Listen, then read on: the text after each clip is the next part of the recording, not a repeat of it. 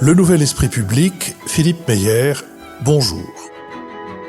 Bonjour, merci de nous avoir rejoints pour ce Nouvel Esprit Public et plus précisément pour les échanges avec les auditeurs venus au Quai d'Orsay, assister à l'enregistrement de notre conversation autour de deux sujets différents et cependant fort imbriqués, la relation franco-allemande et la question de la doctrine militaire en Europe. Sont réunis autour de cette table Jean-Louis Bourlanges, ancien président de la Commission des Affaires étrangères et de l'Assemblée nationale, et essayiste, Antoine Fouché, président de la société de conseil Quintet, Marc-Olivier Padis, directeur des études de la Fondation Terra Nova, et Lucille Schmitt, présidente de la Fabrique écologique. Monsieur, c'est à vous. D'abord, merci pour la qualité de vos exposés. Une question simple. Ne pensez-vous pas que pour aider l'Allemagne à rester dans l'Union européenne, à rester dans l'Europe, la France aurait intérêt à renforcer ses relations avec la Pologne? Je pense qu'on aurait, dans un schéma de Weimar renforcé, on aurait la possibilité de répondre à beaucoup de questions, à la fois sur le plan de l'armement européen, à la fois sur le plan de nos relations avec les USA, et aussi sur le plan de nos relations avec la Russie. Sachant que Gombrowicz a dit, faut pas mélanger le Kremlin et la Russie. Il y a la Russie éternelle, comme l'a décrit De Gaulle, et puis il y a le Kremlin, et le Kremlin c'est autre chose. Voilà, c'était le sens de ma question. Merci. Est-ce que quelqu'un... Jean-Louis Bourlanges ? Je crois que c'est tout à fait conforme à ce que nous pensons en France et en Allemagne, que d'avoir un rapport privilégié avec la Pologne et de l'avoir ensemble. Le chancelier Adenauer avait trois objectifs dans la vie. Se réconcilier avec la France, se réconcilier avec le peuple juif en soutenant Israël et se réconcilier avec la Pologne. Il a travaillé, c'était un homme simple, déterminé, il a travaillé dans cette triple direction. Le chancelier Kohl avait tout à fait assumé cette affaire et a été très très favorable à l'entrée de la Pologne dans l'Union européenne. Nous n'y avons pas du tout été hostiles et nous avons travaillé ensemble et nous avons inventé ce schéma qui est le triangle de Weimar où nous concertons tout à fait ensemble. Dans l'initiative de dissuasion avancée qui a été le discours de l'île longue du président Macron, les réponses positives de la Pologne sont très importantes. Alors maintenant, la Pologne, c'est toujours assez compliqué. D'abord parce qu'ils ont une situation intérieure difficile, où ils ont de fortes, comme nous tous d'ailleurs, comme la France, comme de fortes poussées anti-européennes, avec le président de la République qui n'est pas sur la même ligne que le Premier ministre. Et donc, c'est une situation délicate, et les Polonais doivent faire un clair partage entre, non pas entre nous et les Allemands, ça c'est clair, on est ensemble, mais entre leur anti-russisme et leur méfiance à l'égard de l'Allemagne, justifiée dans les deux cas. Mais je crois que nous, ce que nous facilitons avec la Pologne, avec l'Allemagne, c'est justement le choix d'une relation apaisée, si vous voulez. Les États-Unis ont été l'instrument, ça a été dit, de la réconciliation franco-allemande. C'est grâce aux États-Unis qu'on ne s'est pas bagarré entre Allemands et Français après la Seconde Guerre mondiale, qu'on a pu travailler ensemble.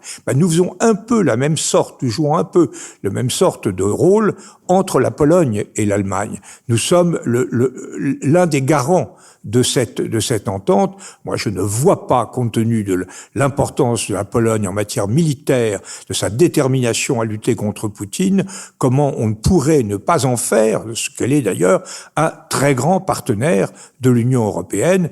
En revanche, nous, il faut qu'on le redevienne. On a beaucoup d'efforts à faire pour être à la hauteur. Question par là. Madame. Merci. On voit qu'il est aussi beaucoup question de fonctionnement de l'Europe et que c'est toujours difficile de se mettre d'accord. On le voit avec l'exemple de Orban qui nous empêche d'aider l'Ukraine. Est-ce que, en dehors des formats courts, est-ce qu'on pense quand même à des formats réduits pour avancer sur l'Europe militaire? Et puisque 27, ça paraît vraiment un défi. Donc, quels autres formats et quelles réductions? Oui, Jean-Louis Bourlanges dit qu'il a quelque chose à dire là-dessus, ce qui m'étonne beaucoup, mais je suis tout à fait prêt à entendre ce que Jean-Louis Bourlanges peut bien avoir à dire là-dessus. Vas-y. Non, je crois que vous posez une question tout à fait importante et qui est tout à fait en phase avec la situation actuelle du franco-allemand. Il y a des choses qui se font actuellement à bas bruit et qui sont très importantes. Et qui, curieusement, parce que la relation franco-allemande a toujours été guidée par la démocratie chrétienne, là, le SPD joue un rôle relativement important parce que le vice-chancelier Klingsbell est en train de mettre en place des groupes limités de 6 pays qui travaillent à bas bruit, et ça c'est très important que ça ne donne pas lieu à des prises de position publiques dans lesquelles certains s'estimeraient exclus, sur des enjeux concrets, essayer de favoriser effectivement des convergences. Et je crois que c'est ça, institutionnellement, on ne peut pas fonctionner, on doit fonctionner. On devrait, et notamment si on veut s'élargir aux Balkans occidentaux, il faut qu'on améliore le fonctionnement général de l'Union européenne. Mais on ne peut pas tout faire passer à la majorité qualifiée. C'est nécessaire, la majorité qualifiée. Regardez ce qui se passe avec la Hongrie aujourd'hui. C'est honteux de dire que l'unanimité maintient la souveraineté. Un pays très respectable, de quelques millions d'habitants, en disant non, bloque la souveraineté de pays aussi importants, enfin les 26 autres pays de l'Union européenne, dont l'Allemagne, l'Espagne, l'Italie, la France, etc., qui sont empêchés d'agir. Donc l'unanimité, c'est pas un bon système. Donc il faut développer effectivement des formes de coopération renforcées dans lesquelles les gens prennent des initiatives, ne sont pas empêchés de les prendre par ceux qui ne s'y associent pas. C'est dans cette direction qu'on doit avancer, parce que on n'arrivera pas à refaire, je le regrette, une grande construction institutionnelle comme on en a rêvé, par exemple, au moment de la convention Giscard et de la préparation d'un projet qui n'était pas très bon d'ailleurs, mais pas de la faute de Giscard, pas très bon de constitution européenne. Donc là, on prend la chose par un autre biais. Je crois que c'est comme ça qu'il faut faire. Et les Allemands sont partants sur ça. Lucille Schmitt. Oui, moi je trouve que ce qui est intéressant, c'est ce qui se passe autour de l'Ukraine. C'est-à-dire que la coalition des pays volontaires, et là-dedans on voit que la France a joué un rôle important, c'est essentiel. Et au fond, il faut partir, je pense, des situations assez pratiques. On peut le regretter, mais la guerre est sur le sol européen. Et du coup, il y a cette question des coalitions des pays volontaires. Et puis il y a aussi la réalité de passer du discours aux actes. Pour préparer cette émission, on peut regarder, par exemple, combien la France a dépensé vis-à-vis de l'Ukraine, combien l'Allemagne a dépensé. La France, c'est 2 milliards, l'Allemagne, 10 milliards. Donc, il y a cette question de comment est-ce qu'on fait pour traduire les discours en actes. C'est un point qui me semble important. Après, on avait moins de moyens que les Allemands, surtout dans la situation actuelle. Et puis, je pense que, par rapport à ce que vous dites, ce qui est important, c'est de considérer aussi l'asymétrie des positions. C'est-à-dire qu'il y a l'histoire des 27, et puis il y a la puissance nucléaire européenne qui est la France, et il y a aussi le Royaume-Uni qui est l'autre puissance nucléaire européenne hors de l'Union européenne. Comment est-ce qu'on fait pour avoir ce dialogue? Antoine parlait du pilier européen de l'OTAN. Après, tout ça c'est très institutionnel. Comment est-ce qu'on noue des choses qui puissent relever aussi, je ne sais pas si on va dire de l'informel quand il s'agit d'utiliser la dissuasion, mais il y a des enjeux aussi d'articulation des doctrines. On sait que la doctrine de l'OTAN c'est la dissuasion graduée. On sait que c'est pas la doctrine de la France. Tout ce qui a été dit par Jean-Louis sur le fait que le discours de Ligue Longue a été très bien accueilli. Certes, il a été très bien accueilli parce qu'il est ultra général. Et en fait, après, on a eu des experts de la chose militaire qui ont essayé de nous détailler ce que ça voulait dire. Et je suis pas sûre qu'ils étaient tous d'accord entre eux. Donc, par rapport à ce que vous venez de dire, il me semble que la priorité est aussi de travailler sur les doctrines, de façon à ce que la question de l'emploi, lorsqu'il s'agit de la réalité de la guerre, soit aussi une vraie question. Parce que je pense que si aujourd'hui la guerre s'étendait en Europe, je pense que la doctrine ne serait pas claire.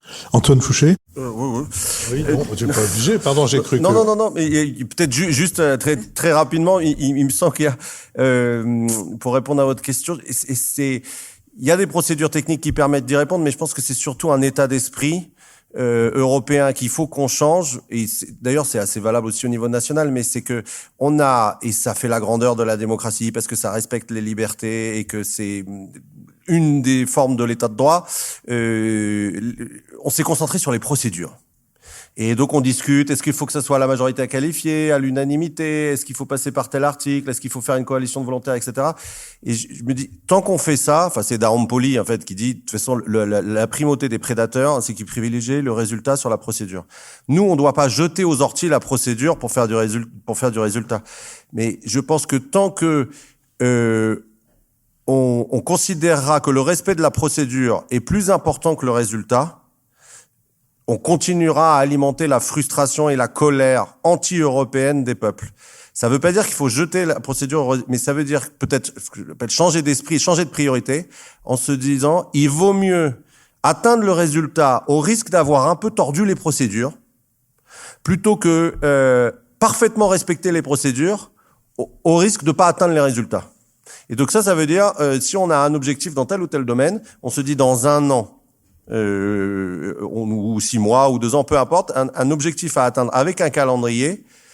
On prend les volontaires, on avance et ensuite on trouve les procédures qui permettent d'essayer de rendre le résultat le plus légal possible.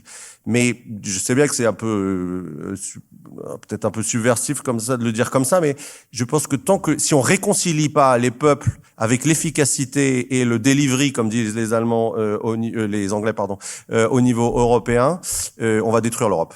Voilà, elle va s'auto-détruire à force de pas délivrer. De ne pas fournir, pour parler, et de pas fournir, pour parler moins anglais. Alors, est-ce qu'il y a peut-être, madame, si quelqu'un d'autre, puisque vous avez déjà fait l'amitié de nous poser une question, y a-t-il dans la salle quelqu'un d'autre qui souhaite intervenir? Ce lieu est intimidant. Oui, c'est vrai que l'endroit est intimidant et nous-mêmes sommes intimidants également, considérablement. Madame, je vous en prie. En fait, non, je voulais juste rebondir sur ce que vous disiez, mais justement, dans l'exemple de l'aide à l'Ukraine, il faudrait combien de temps? Parce que tout le monde semble quand même paraître, enfin, la loi de l'unanimité paraît aberrante maintenant. Donc, il faudrait combien de temps pour revenir dessus? Est-ce qu'il y a un peu d'agilité? Est-ce que les Européens se disent pas, mais une majorité qualifiée, ça suffit, ou une loi des 3/4? Enfin, c'est quoi le programme? Parce qu'on se rend compte que ça marche pas. Tout le monde se rend compte que c'est aberrant. Jean-Louis. Oui, il faut pas exagérer le problème, lier le problème de l'Ukraine au problème de l'unanimité. Il faut pas exagérer ce qui s'est passé avec la Hongrie hier. C'est inadmissible. Et Macron et Merkel l'ont dit de façon très claire, le comportement d'Orban est inadmissible, dicté par des considérations électorales, mais on va le contourner d'une manière ou d'une autre, c'est évident. Mais le problème de l'aide à l'Ukraine est d'une autre nature.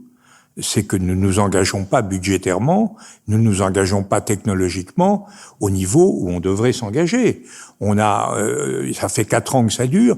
Regardez, les Américains, quand ils ont été attaqués à Pearl Harbor, donc vous avez remarqué que le président Trump a fait hier l'apologie. Il a fait l'apologie du comportement japonais à Pearl Harbor, en disant qu'il fallait pas, quand on menait une offensive, il fallait pas l'annoncer avant, il fallait prendre les gens par surprise.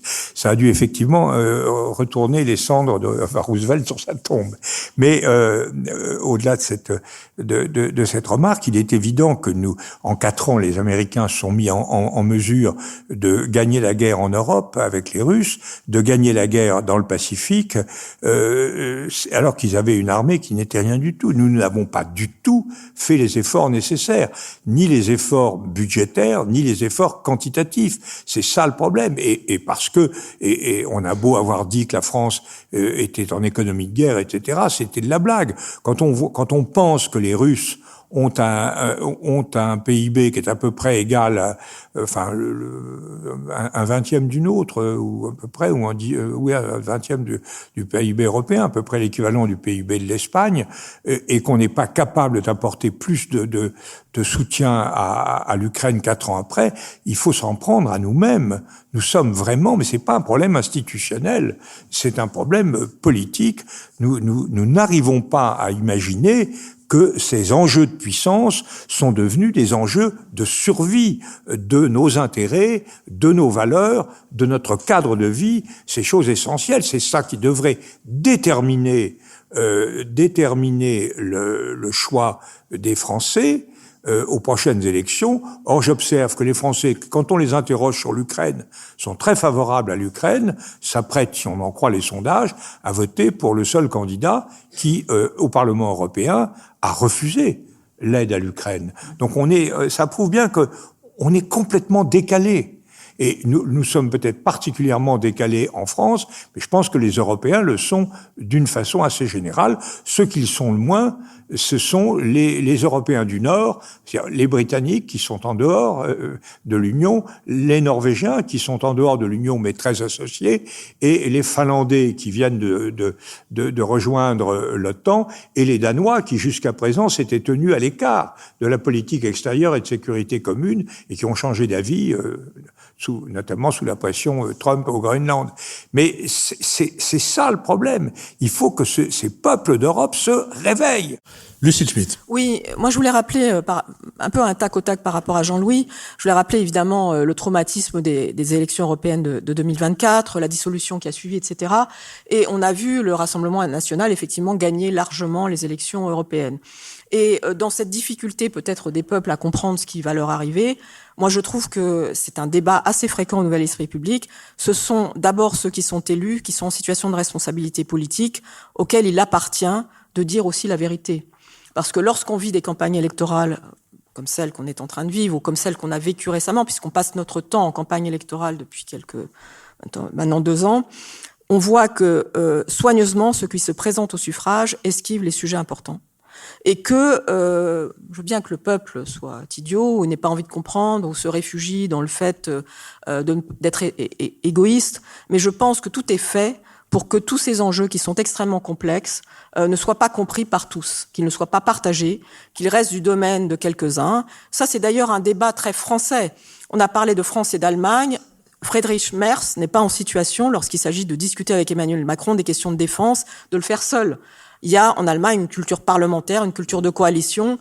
C'est pas le cas en France, où les sujets de défense, les sujets de guerre sont des sujets ultra concentrés entre les mains du président de la République et de quelques-uns, ministres de la Défense, etc. Donc, faire de ces enjeux-là une question démocratique, c'est quelque chose qui est devant nous. Et là-dedans, on ne peut pas considérer que la société en soi est aveugle. Il faut tout simplement lui rendre compte de ce qui se passe réellement et que ça devienne un débat de politique intérieure, ce qui n'est pas le cas aujourd'hui.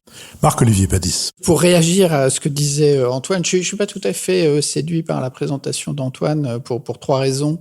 La première, c'est que je ne pense pas qu'on puisse dire que l'Europe soit aujourd'hui en situation d'impuissance. Moi, je trouve que à la fois les pays européens se sont mobilisés et alors je suis d'accord avec Jean-Louis, pas à l'ampleur nécessaire pour soutenir suffisamment l'Ukraine, mais par rapport au point de départ, on a quand même énormément avancé. Et deuxièmement, je pense pas qu'on puisse dire qu'il y a une colère des peuples européens contre l'Europe. Ce n'est pas vrai. Dans les enquêtes, on voit qu'il y a au contraire un attachement qui n'a fait que se renforcer à travers les dernières crises des Européens vis-à-vis de l'Europe. Il y a un scepticisme en France, mais qui est aussi beaucoup lié à des affaires de politique intérieure. Mais je ne perçois pas cette colère. Elle est instrumentalisée dans les discours, etc. Mais on ne peut pas l'affirmer comme ça. Et troisièmement, sur les procédures, ce sont quand même des garanties quand même indispensables.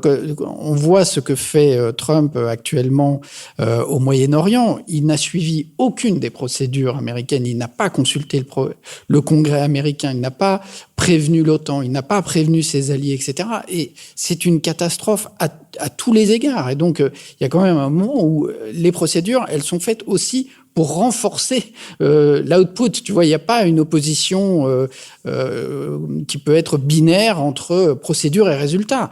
Les résultats, ils sont aussi garantis par les procédures. Antoine Fouché. Oui, peut-être non, pour le plaisir du dialogue, parce que je suis en partie d'accord avec ce que Marc-Olivier vient de dire sur la colère. Je pense qu'il faut peut-être essayer de trouver la voie de passage. Il y a de la colère, mais elle est pas contre l'idée d'Europe.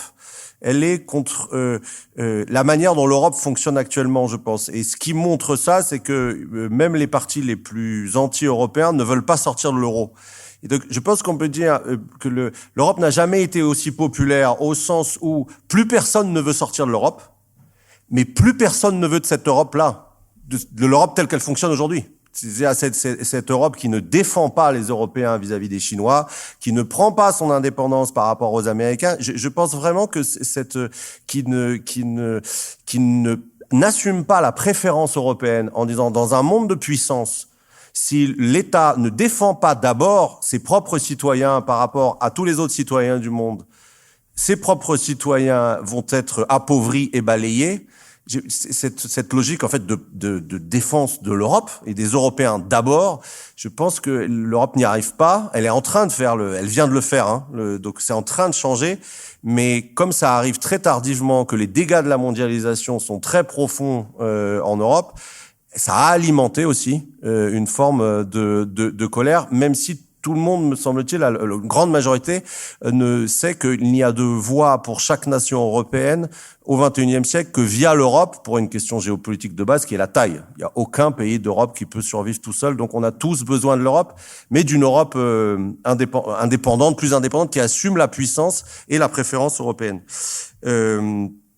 Et sur le procédure résultat, je pense que là, pour le coup, je suis d'accord, il faut pas binariser les choses, mais justement, c'est une question de curseur. C'est-à-dire, je pense que autant Trump pousse le curseur trop sur le résultat en méprisant totalement les procédures, autant nous, on se gargarise des procédures au risque de négliger les résultats. Et c'est pas un sujet que européen, c'est un sujet de toutes les démocraties d'aujourd'hui, parce que c'est ça aussi qui explique l'impuissance publique. C'est que si on veut, et c'est le dernier bouquin de Herzog Klein sur Abondance, et c'est un sujet aussi aux États-Unis, c'est que c'est un progrès de pouvoir défendre les droits des individus, de tous les voisins quand on construit un immeuble. Mais si ça conduit à faire qu'on construit 3 fois moins vite et 3 fois moins d'immeubles, à la fin, il y a un problème de logement.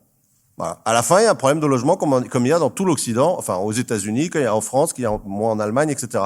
Et donc, c'est une question de curseur. C'est à un moment donné, entre les procédures et le résultat, est-ce qu'on n'est pas allé trop... Je pense qu'on est allé beaucoup trop loin sur les procédures. Il ne s'agit pas encore une fois de les jeter aux orties, mais de remettre le balancier un peu du côté du résultat, parce que notre démocratie se portera mieux s'il y a à nouveau la souveraineté populaire au sens qui assume un pouvoir collectif sur le collectif, et qui a des procédures peut-être plus simples et plus rapides, pour reprendre l'exemple du logement, pour construire des logements. Donc il y aura peut-être moins de possibilités de bloquer quand il y a quelque chose qui se construit à côté de chez soi et qu'on n'est pas content. Voilà, ça c'est vrai. Mais au moins on construira plus de logements, il y aura plus de gens logés. Jean-Louis Bourlanges. Oui, deux toutes petites remarques. L'une, c'est je ne crois pas qu'on doive opposer procédure et résultat, car en réalité les querelles de procédure sont le signe d'une méfiance profonde sur les résultats, d'une divergence sur les résultats qui ne veut pas s'avouer. Alors on fait des querelles de procédure pour dissimuler l'ampleur d'un désaccord, mais en réalité c'est toujours au fond que les choses se manifestent. La deuxième chose, plus optimiste, pour savoir si les gens sont plus ou moins anti-européens. En tout cas, je voudrais rappeler une enquête, enfin, j'ai pas les chiffres avec moi, mais une enquête quand même très intéressante à la lumière de notre débat sur la France et l'Allemagne. C'est que quand on a fait une enquête en Allemagne sur quel était le partenaire, quel était l'État, la nation avec lesquels les Allemands se sentaient le plus en confiance, c'était toute catégorie, ça a été la France. Donc je crois que ceux qui disent que le couple franco-allemand, bon, d'accord, on peut être hostile au coït, mais le couple franco-allemand, c'est pas ça. En réalité, il y a quand même quelque chose de très profond et qu'il ne faudrait pas laisser perdre par des malentendus, des mauvaises querelles. Là, Jean Monnet avait raison quand il disait que les passions des peuples conduisaient à des désaccords qui n'étaient pas fondés en raison. Et il faut toujours, sur le franco-allemand comme sur le reste, faire passer la raison. Et les procédures ont cet avantage qu'elles font régner qu'elles assurent le règne de la raison, du dialogue, du respect mutuel. Moi, j'ai toujours dit que c'est quand même mieux de régler ces conflits mais ça, Antoine est évidemment d'accord avec ça. C'est beaucoup mieux de régler ces conflits autour d'un tapis vert imaginaire à Bruxelles que par une bataille de chars à Sedan. Et la souveraineté nationale est beaucoup moins menacée par une discussion à la majorité qualifiée à Bruxelles que par une querelle de chars franco-allemande autour de Sedan. Donc voilà, mais je crois qu'il faut bien comprendre en tout cas qu'il y a du potentiel en Allemagne pour la relation franco-allemande, même si on prononce pas les mots qu'il faut en ce moment. Lucille Schmitt. Oui, 2 mots. Moi, je pense qu'il ne faut pas discuter en général. Et ce qui est important, c'est de dire de quoi on parle. C'est-à-dire que les procédures, lorsqu'il s'agit de défense et lorsqu'il s'agit de guerre, sont évidemment un peu plus compliquées lorsqu'il s'agit d'obtenir l'unanimité que lorsqu'il s'agit je sais pas, d'un sujet relatif même à la politique agricole commune ou au commerce. Donc il y a un enjeu autour du fait de commencer par le plus difficile. C'est un peu ça le sujet. Et depuis qu'on parle de l'Union européenne, on a tout le temps eu un débat entre est-ce que c'est fédéral ou intergouvernemental. Sur la défense, c'est clair. Il faut que ce soit les grands États-nations qui mènent la danse. En revanche, il y a un sujet aujourd'hui sur la question de l'incarnation de l'Union européenne. Marc Olivier, tout à l'heure, parlait d'Ursula von der Leyen en disant qu'elle prenait de nombreuses initiatives. Elle aspire à incarner l'Europe, mais elle aspire à incarner l'Europe parfois sur des sujets sur lesquels elle ne peut pas incarner l'Europe. Et ça, c'est un problème. C'est-à-dire qu'elle devrait parfois, mais avoir un peu plus de jugeote lorsqu'il s'agit de se dire, la défense, ça relève d'abord des États qui ont une armée, une doctrine, etc. Lorsqu'il s'agit de commerce sur le Mercosur, elle a toute légitimité pour le faire. Mais on voit bien que du coup, elle se voit dénier sa légitimité parce que parfois elle confond les sujets. Et donc, je crois qu'il faut différencier les choses en termes de contenu et rappeler que l'Union européenne s'est construite autour du droit et que donc, si elle cessait de se construire autour du droit et des procédures, d'une certaine manière, elle se renierait. Je pense que ça, c'est un vrai sujet. Ça montre aussi qu'il faut discuter de ces sujets-là, pas seulement au sein de l'Union européenne, ce que nous n'avons cessé de dire depuis le début de ces débats. Je vous remercie. Merci au ministre des Affaires étrangères qui nous a invités. Merci au ministère qui nous a accueillis. Merci à Arnaud Galabé, Axel Parillot et Florent Meymann qui ont enregistré cet échange avec le public. Rendez-vous dimanche pour un nouvel Esprit public au cours duquel tout porte à croire que nous serons amenés à commenter les élections municipales. Non. Merci.